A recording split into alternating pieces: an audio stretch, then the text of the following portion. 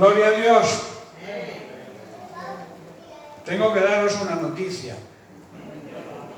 Dios es bueno.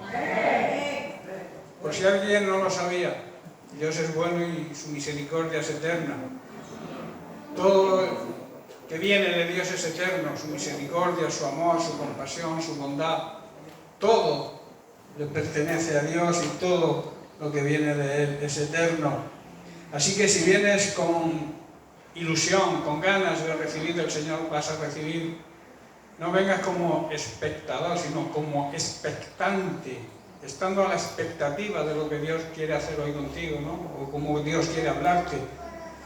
Es un privilegio estar de nuevo con vosotros hoy, porque el día del Señor, el domingo, el día de la resurrección, es el día del Señor, el día que venció a la muerte y subió a los cielos y se sentó a la diestra, a la derecha del Padre. Y allí estás, hoy ¿qué está haciendo?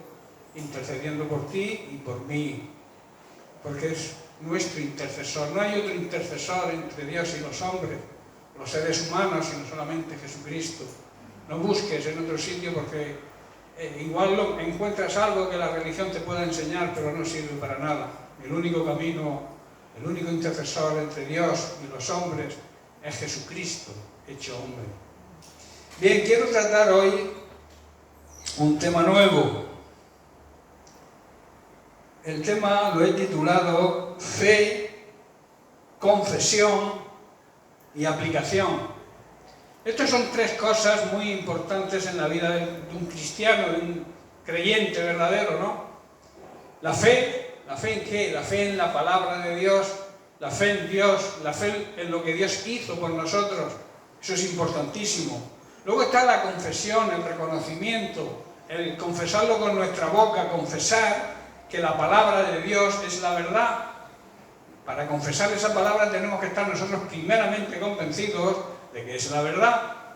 Cuando la verdad es revelada a un verdadero Hijo de Dios, permanece ahí para siempre y entonces da testimonio, confiesa, reconoce que esa palabra es la verdad y la verdad auténtica. No hay más verdad. Jesús mismo lo dijo: yo soy la verdad, no hay otra verdad. El camino, no hay otro camino, y la vida verdadera, la vida auténtica, la vida eterna, que es la que merece la pena. Aquí estamos un tiempo, vivimos, sí, existimos, algunos no viven, ni siquiera viven, existen, pero el tema es que la vida eterna es lo más importante, y el ser humano hoy en día que nos rodea, que vive de espaldas a Dios, cree que va a ser eterno, que va a vivir para siempre, y no viven pensando en la eternidad. Y eso es un grave error, porque la eternidad no tiene principio, no tiene fin. La vida física, comenzamos, nacemos, crecemos, nos desarrollamos, nos hacemos adultos, luego mayores, luego viejitos, y al final ¿qué? Partimos de esta tierra hacia la eternidad. Por eso es importante decidir aquí en esta tierra dónde vamos a pasar la eternidad, o con Dios o con el diablo, porque no hay purgatorio. ¿Sabíais que no existe? El purgatorio no existe. Además, incluso los católicos lo han quitado. El Papa, no sé qué Papa lo quitó. Lo quitan, lo ponen, el otro, vendrá otro que lo pondrá. La religión, los planes de los hombres para salvarse. Pero el plan de Dios viene del cielo y se llama Jesucristo. Amén. Por tanto, fe en la palabra de Dios, reconocimiento, confesión que la palabra es la verdad, y luego la aplicación, aplicar la palabra de Dios a nuestra vida para que tenga efectividad, para que haga el efecto, para que dé su fruto. La palabra de Dios, luego veremos, una semilla, pero una semilla que no se planta, tiene la esencia, tiene el potencial dentro, pero no se desarrolla, ¿verdad? La semilla, la palabra, hay que aplicarla a nuestra vida, tenemos que tomarla, comerla, para poder desarrollar esa fe que necesita. La palabra de Dios se cree, y se cree que es la verdad, y por tanto hay que aplicarla. Primero, si no crees, no puedes aplicarla. La importancia, como he dicho, del principio, la fe, luego el reconocimiento y luego la aplicación. Hay muchos creyentes, llamados creyentes, que dicen creer, dicen que tienen fe, Pero yo digo que lo dicen de boca para afuera. Esto realmente no es fe. Si no hay un convencimiento interior del que realmente crees, no es fe. Quizás sea asentimiento mental, o sea, lo crees en tu mente. Pero la fe tiene que salir del corazón, del espíritu, que es la parte que es lo que realmente somos. La fe que viene de la mente no es fe, es aceptar, pero no estar convencido. Por tanto, la fe tienes que aceptarla en tu corazón.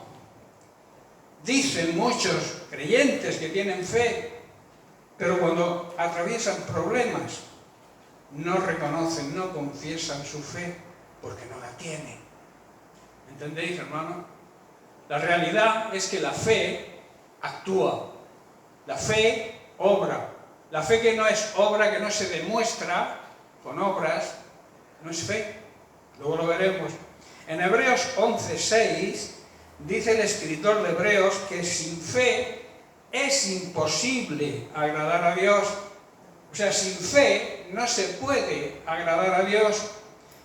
Y añade, porque es necesario que el que se acerca a Dios sepa, crea que existe y que también es galardonador, que premia a todo el que le busca y le busca de verdad. Sin fe, hermanos, es imposible, no se puede agradar a Dios. Con el sentimiento mental no se puede agradar a Dios. Con una fe que se basa solamente en entenderlo con la mente, no se agrada a Dios. Se agrada a Dios con una fe que nace de lo más profundo de nuestro ser, de nuestro interno. Y luego también debemos saber que Dios premia a todos aquellos que realmente le buscan, y le buscan de verdad, le buscan de corazón. Entonces, resumiendo este punto, la persona se acerca a Dios, la persona que se acerque a Dios tiene que tener presente, tiene que creer en dos cosas importantes. Primera, que hay un Dios, que Dios existe, que Dios es real, que no es un cuento de hadas, que no es nada que el hombre ha inventado. Dios es real. Y ese principio es básico en la vida del creyente. Creer que existe Dios y que tenemos un Dios que es real. También la segunda cosa es que también es premiador, galardonador de aquellos que tienen una fe genuina, una fe verdadera y se acercan a Él en busca del oportuno socorro. La palabra de Dios, la Biblia, enseña que la fe es la única condición, la única, no hay más, para tener una buena comunión, una buena intimidad con el Señor, debe haber fe. Tú no puedes tener una relación íntima con nadie si no crees en ese alguien, ¿verdad? Pues con Dios es lo mismo. Si tú quieres tener una relación de padre a hijo, si tú quieres tener una relación íntima entre Dios y tú, tienes que creer que existe. Si no, es imposible. Todo será religión, todo será, digamos, manera de justificarnos para, de alguna manera, si existe algo, Dios nos pueda perdonar. Pero que tampoco creen en que realmente existe el cielo, lo mismo que el infierno. Hay muchos que sí, que están de acuerdo con el cielo, pero no creen en el infierno. Si se cree en el cielo, se debe creer también en el infierno, porque tenemos un Dios que es amor, que es misericordia, pero también es justo, es un Dios de justicia. Y el justo, el juez justo, no castiga a ningún inocente, pero tampoco toma por inocente al que es culpable. Si no, no sería un juez justo, no sería un Dios justo. Jesús en Juan 8:32 dijo: y conoceréis la verdad, y la verdad os hará libres. Ese conocer, ese conocimiento, ese conocer que habla Jesús, significa que conocer al Señor de verdad, tener una relación íntima. Lo mismo que José conoció a María y tuvo hijos e hijas. A ese conocer se refiere, a una relación de ese tipo con el Señor. Sabéis que cuando un matrimonio se une, se conoce en ese sentido, se produce la vida, ¿verdad? Nace un bebé. Pues cuando nosotros tenemos una relación de esa manera con el Señor, también producimos vida, vida eterna, ¿verdad? Entonces las relaciones que debemos tener con el Señor no son, digamos, relaciones esporádicas. Tiene que ser una relación continua de intimidad, buscar la intimidad con Él cada día, alimentarnos de su palabra cada día, alimentarnos de la verdad cada día, para que nadie nos pueda engañar. Como hablábamos en semanas anteriores, hay muchas sectas, muchos falsos maestros, falsas doctrinas, que están ahí como lobos, pendientes a quién van a devorar. Y por eso debemos ser instruidos a través de la intimidad con el Señor, estudiando su palabra, escuchando la palabra, meditando en ella cada día, no esporádicamente y de una forma, digamos, pasajera, sino profundizando en la palabra de Dios. Si tú quieres tener intimidad con el Señor, búscalo en oración. La oración, digamos, es el medio que tenemos para recibir del Señor. Si tú necesitas algo, tienes que pedirlo en oración. No hay otra fórmula. Dios es un Padre bueno que escucha a sus hijos, pero quiere escucharnos, que clamemos a Él. Jeremías dice, clámame y yo te responderé, dice el Señor. Y además de responderte te voy a enseñar cosas grandes y hermosas y fantásticas que ni te las puedes imaginar. Ese es nuestro Dios. En Juan capítulo 10, verso 10, Jesús dijo, el ladrón no viene sino para hurtar, o sea, para robar nuestra fe, sembrando ¿qué? La duda. ¿Sabéis que a la duda se le llama el ladrón de la fe? Por eso el ladrón viene precisamente a crear duda en nuestra mente para así robar nuestra fe. También viene para matar, que significa para destruir nuestra vida espiritual, para que andemos mundanamente y no andemos en el Espíritu. Eso es lo que quiere el diablo, el ladrón, que lo llama Jesús. Y también para destruir. Yo siempre digo que el diablo no quiere hacernos daño, quiere destruirnos por completo. Y vino para eso, para destruir nuestra vida cristiana, destruir aquello que a Cristo le costó tanto conseguir para nosotros, y por tanto quiere llevarnos a la condenación. Pero mirad que dice Jesús, yo he venido para que tengáis vida. La palabra de Dios, que es Jesucristo, el Verbo hecho carne, produce vida. La palabra de Dios produce vida. Cuando tú tienes intimidad con el Señor, cuando tú profundizas en la palabra, no tienes, digamos, la Biblia como un libro más en la estantería que lo abren los domingos, que algunos ni lo abren, lo cogen, lo traen, lo dejan aquí, y muchos se les olvida y se van a casa sin ella. Yo me pregunto, si se dejan el móvil, seguro que vuelve. Pero se dejan la Biblia y dicen, bueno, la recogeré el domingo. Eso ocurre, es una realidad, hermano. Por eso dice Jesús, yo he venido para que tengáis vida, para produciros esa vida eterna que yo quiero que viváis, esa vida eterna que empecéis, que sea un anticipo, la vida eterna, tu vida actual, tu vida física, sea un anticipo de la vida eterna. Y luego cuando partamos de esta tierra, dejemos este cuerpo mortal, podamos estar en la eternidad en su presencia. Qué hermoso, ¿verdad? ¿Cómo recibimos la fe? En el momento que te conviertes, que nos convertimos, recibimos una medida de fe que Dios deposita en cada uno de nosotros y que es nuestra responsabilidad y nuestra obligación desarrollarla. Tú no puedes recibir una semilla y dejarla en la estantería, porque esa semilla ahí puesta se pueden pasar siglos y no produce. Tú no puedes coger la palabra de Dios y tenerla en la estantería, no sembrarla en tu corazón para que produzca esa vida que Dios quiere que produzca y que el Señor nos promete. En Mateo capítulo 17, en los versículos 18 al 20, vemos un pasaje donde Jesús reprende a sus discípulos precisamente por no desarrollar esa medida de fe que Dios pone en cada uno de nosotros cuando decidimos seguirle y seguirle de verdad. Versículo 18, recordad que estaban intentando expulsar un demonio de un chico endemoniado.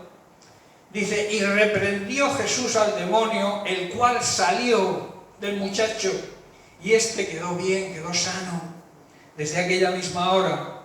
Versículo 19 dice, viéndolo entonces los discípulos, vinieron a Jesús y lo cogieron aparte y le dijeron, ¿por qué nosotros no pudimos echarlo fuera? Mirad qué les contesta Jesús. Versículo 20, por vuestra poca fe. Porque de cierto os digo que si tuvierais fe como un grano de mostaza, diríais a este monte, pásate de aquí a allá, y se pasará. Y añade, y nada será imposible. La regla de oro, ¿verdad? Eso es una regla de oro. Cuando creemos de verdad, cuando tenemos la fe desarrollada completamente, podemos ver milagros. Yo he dicho y me habéis oído decir muchas veces que un milagro es algo que no se explica, no tiene explicación, porque si tiene explicación no es un milagro. Entonces veríamos cosas, si tuviéramos la fe completamente desarrollada, veríamos cosas milagrosas en nuestra vida, cosas que no tienen explicación. Como lo que hizo Jesús con este muchacho, reprendió al demonio y el demonio tuvo que salir. Él tenía autoridad. Y tú y yo la tenemos su autoridad delegada para hacer lo mismo. Pero para eso necesitamos lo que necesitaban los discípulos. Desarrollar la medida de fe que Dios pone cuando nos convertimos. Plantarla, desarrollarla, regarla, cultivarla, quitarle todas las malezas para que crezca y dé su fruto. Muchos creyentes no entienden bien cuando Jesús habla de la fe y se refiere a un grano de mostaza. Dicen, claro, como nuestra fe es como un grano de mostaza, pues se acaba pronto. Esa no es la realidad de lo que Jesús está diciendo. Tener fe como un grano de mostaza no significa eso. En primer lugar significa que, como he comentado, que en todo Dios deposita una medida de fe. Eso lo encuentras en Romanos capítulo 12, verso 3, cuando nos convertimos. Lo que quiere decir que esa semillita de fe tenemos la obligación de desarrollarla, pero debemos haber nacido de nuevo para tener esa semilla, esa porción, esa medida de fe. Ninguno que no se haya convertido al Señor puede recibir fe. Por eso nadie que no conozca al Señor, nadie que no tenga una relación de intimidad con el Señor, nadie que no haya aceptado a Jesucristo como Señor y Salvador puede desarrollar su fe, porque no hay semilla, no hay ninguna medida de fe ahí depositada. El Señor la deposita cuando creemos, cuando nos entregamos a Jesucristo, cuando lo aceptamos como nuestro Señor y como nuestro único Salvador. Entonces Dios pone esa medida y ahí comienza la vida cristiana, y ahí comienza nuestro trabajo de desarrollar esa fe, hacer que esa fe crezca. ¿Cómo? Ahora lo vamos a ver escuchando la palabra de Dios, meditando en su palabra, orando, intercediendo, ayunando. Con todo eso va creciendo la fe. Por tanto, nadie que no crea y acepte el sacrificio de Cristo y lo reconozca como Señor y Salvador, puede recibir esa medida de fe. En segundo lugar, significa no que nuestra fe sea como un grano de mostaza, sino que al entregarnos Dios esa medida de fe, nuestro trabajo es que crezca y se desarrolle. Esto significa que al convertirnos se comienza con una fe pequeña, ¿verdad? Tú no te conviertes y ya tienes toda la fe desarrollada, ya lo crees todo, ya. No. esa fe tiene que ir desarrollándose como se desarrolla la semilla de mostaza. Por eso pone Jesús el ejemplo. En Marcos capítulo 4, versículos 31 y 32, sí. Jesús también, hablando del reino de Dios, también emplea la palabra semilla de mostaza. Dice, es el reino de Dios como una semilla, como un grano de mostaza sembrada en la tierra. Sembrada, tiene que ser sembrada. Es la más pequeña de todas las semillas, pero cuando se siembra, se convierte en la planta más grande del huerto. Sus ramas llegan a ser tan grandes que los pájaros, las aves, hacen sus nidos bajo su sombra. Pero hay que plantarla. La semilla hay que plantarla. La palabra de Dios tenemos que plantarla en nuestro corazón para que empiece a desarrollarse y crezca y dé fruto y produzca y pueda alcanzar a los demás. Es lo que significa que las aves hacen sus nidos. O sea, los demás querrán recibir lo que tú has recibido.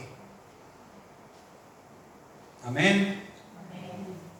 Jesús aquí nos quiere transmitir que una semilla que no es plantada, que no es cuidada, que no es regada, tiene el potencial dentro de ella, pero no produce fruto. Pero al ser plantada, regada y cuidada, crece y se desarrolla y produce el fruto deseado.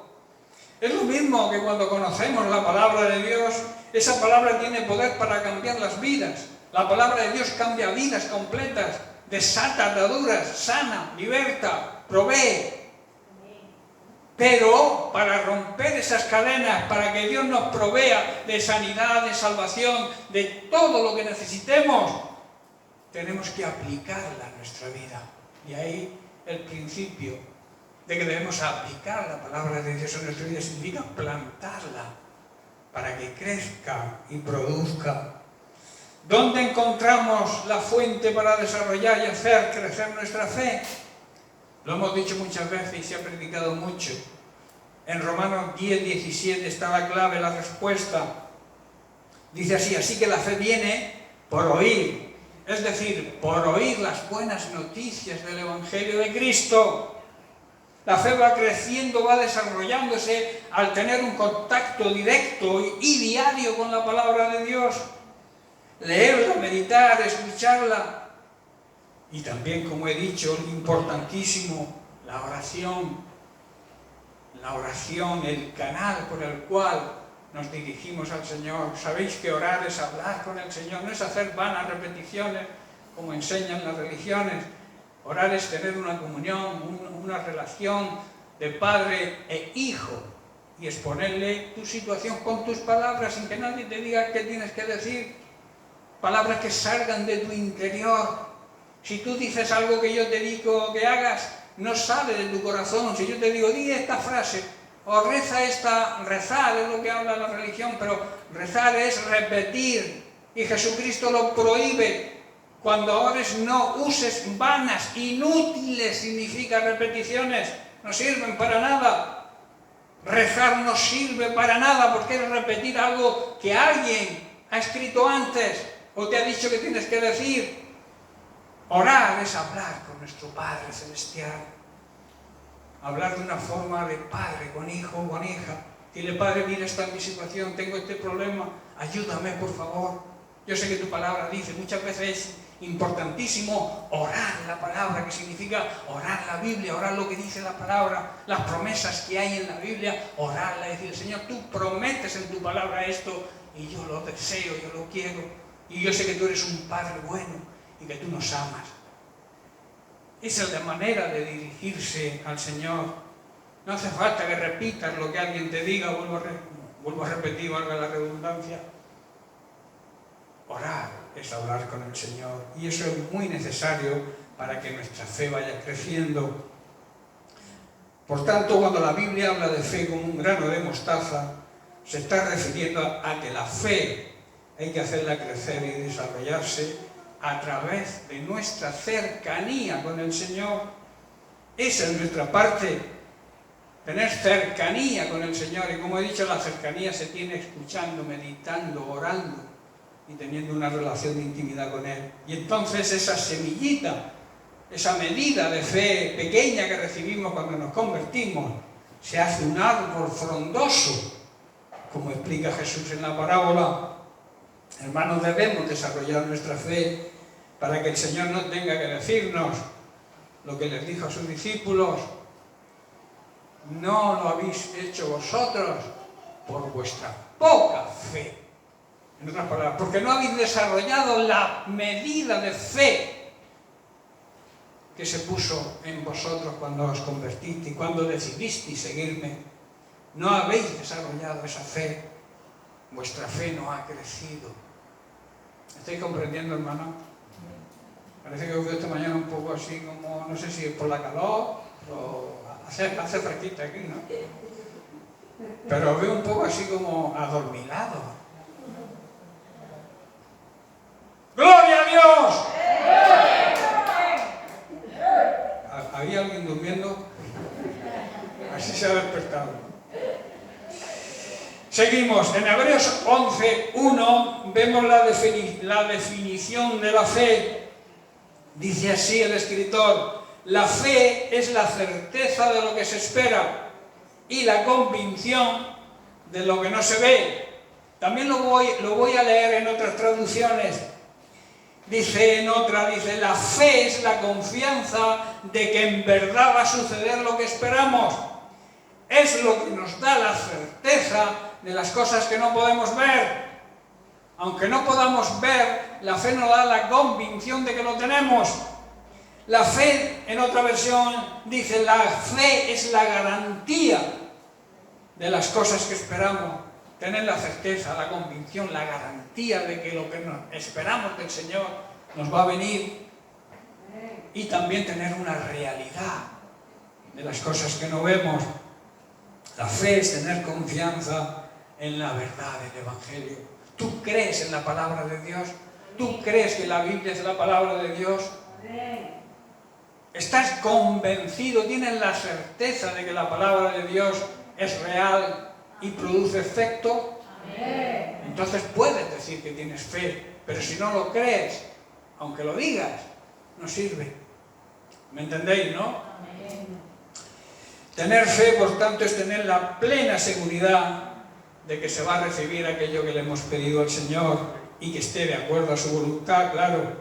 Es estar convencidos de todo lo que Dios tiene para nosotros. Y que Dios, no te quepa duda, te va a dar todo lo que sea para tu bien. Quizás tú creas que al pedirle algo, ese algo te va a solucionar tu vida, pero si Dios piensa que te va a perjudicar, no te lo va a dar. Aunque tú digas: Señor, ¿por qué no me lo has dado? Si no te lo ha dado es porque te ama. Y porque no, como Él es un Dios que tiene toda la sabiduría, es omnisciente, conoce todo, pues no te lo da precisamente por eso, porque igual te apartas de Él si te lo da. ¿Me estáis comprendiendo? Debemos tener, por tanto, la certeza, la convicción de que Dios existe y que si aceptamos el sacrificio de su Hijo Jesucristo y lo recibimos como Señor y Salvador y nos arrepentimos de nuestros pecados, Él los perdona y nos hace un regalo precioso: la salvación. La salvación es un regalo de Dios, es algo inmerecido, es algo que no merecemos los seres humanos, pero Dios, por su bendito amor, por su bondad, por su misericordia, ideó el plan de salvación perfecto, que es enviar a su Hijo a la cruz, a donde tú tenías que estar y yo.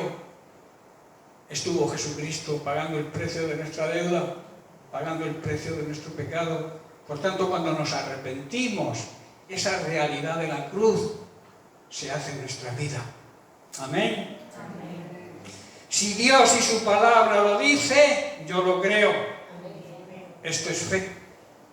Si su palabra lo dice, puesto que la palabra es la palabra de Dios, yo debo creerlo. Para eso me llamo creyente, si no me cambio el nombre. Si nos llamamos creyentes, tenemos que creer. ¿En quién? En Dios y en su amor y en su misericordia. Santiago capítulo 2, versículo 14.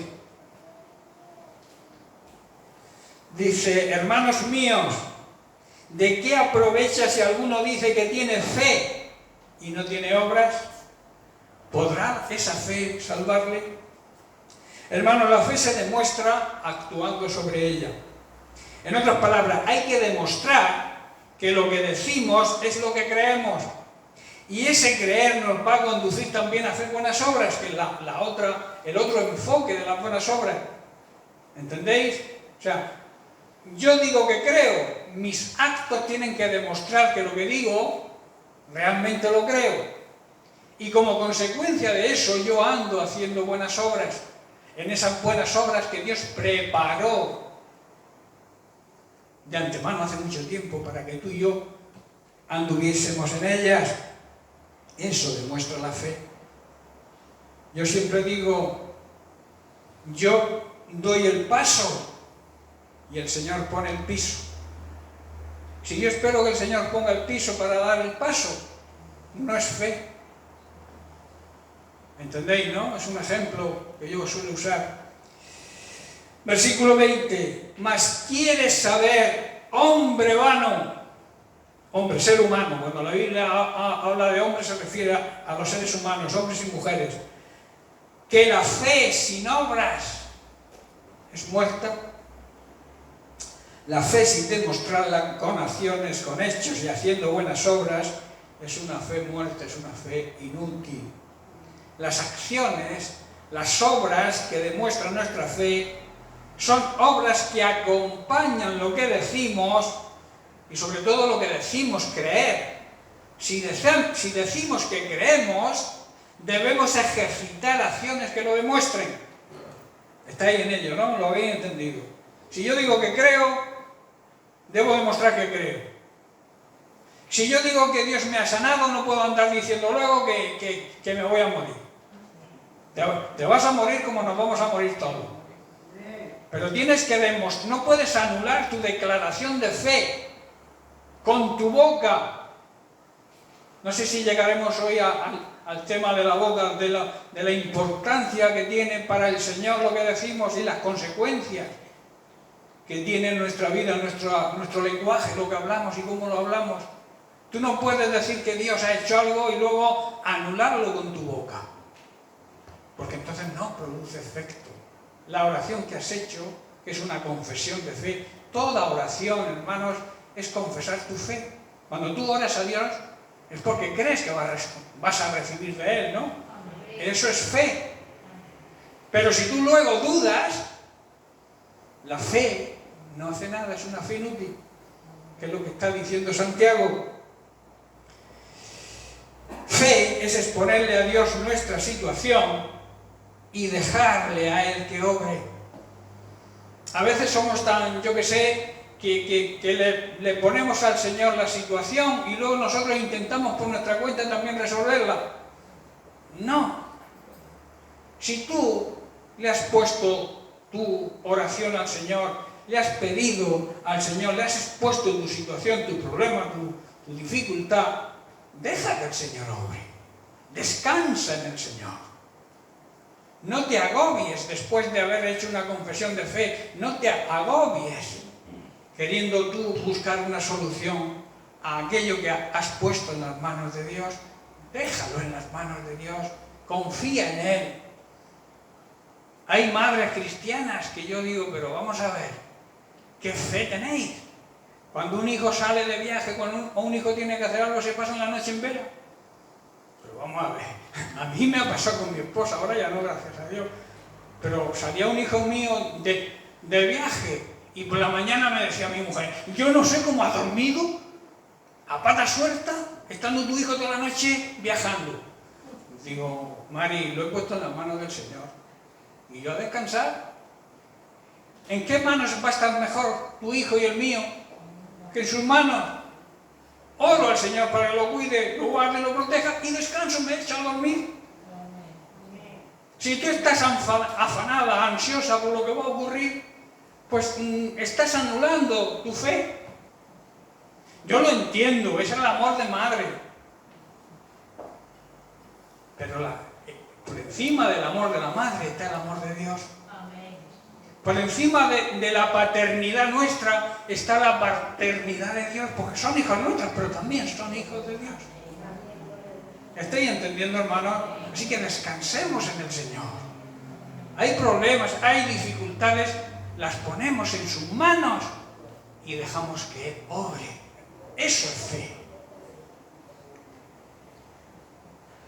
Hebreos 4:16 dice: acerquémonos, pues, ¿con qué? Con confianza, confiadamente, con fe, con todo tipo de confianza. Acerquémonos al trono de la gracia para alcanzar misericordia y hallar gracia para el oportuno socorro. Hallar gracia para la ayuda en el momento preciso. Dios no lo va a hacer antes ni después que en el momento preciso, que en su kairos. El tiempo de Dios es el tiempo perfecto. A veces pensamos que nuestro cronos, nuestro tiempo, es el perfecto y muchas veces no concuerda con el tiempo de Dios. Debemos aplicar nuestra vida al kairos, al tiempo de Dios, porque es el momento preciso que Dios obra. Por eso dice: en el momento preciso recibir el oportuno socorro. En 1 de Juan capítulo 5, versículos 14 y 15, dice: y esta es la confianza, la fe que tenemos en Él, en Jesucristo, que si pedimos alguna cosa conforme a su voluntad, ¿qué dice? Él nos oye, nos presta atención. Y si sabemos que Él nos oye, si tenemos la fe, si tenemos la convicción, la certeza de que Él nos oye, cualquier cosa que le pidamos, sabemos, estamos convencidos que lo que le pidamos, Dios lo va a hacer. El apóstol Juan también habla de lo que significa fe. Tener la confianza plena de que cuando pedimos algo que esté de acuerdo a su voluntad, claro, porque si no está de acuerdo a su voluntad no te lo va a dar, por mucho que se lo pides. Aunque tú creas que es su voluntad, tú tienes que analizar esa propuesta que le haces al Señor y analizarlo a través del filtro de la palabra de Dios, analizar a ver si está de acuerdo a lo que Dios dice en su palabra. Otra cosa que debe ir unida a nuestra fe es la confesión. Dice el apóstol Pablo en Romanos 10, capítulo, versículo 8, dice: más que dice, cerca de ti está la palabra, en tu boca y en tu corazón.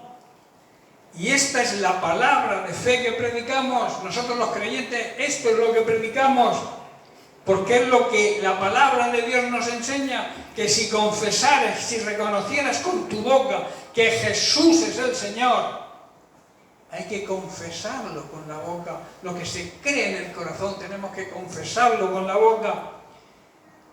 Y crees en tu corazón que Dios levantó a Jesús de los muertos, serás salvo. En otra traducción que me encanta dice: eres salvo.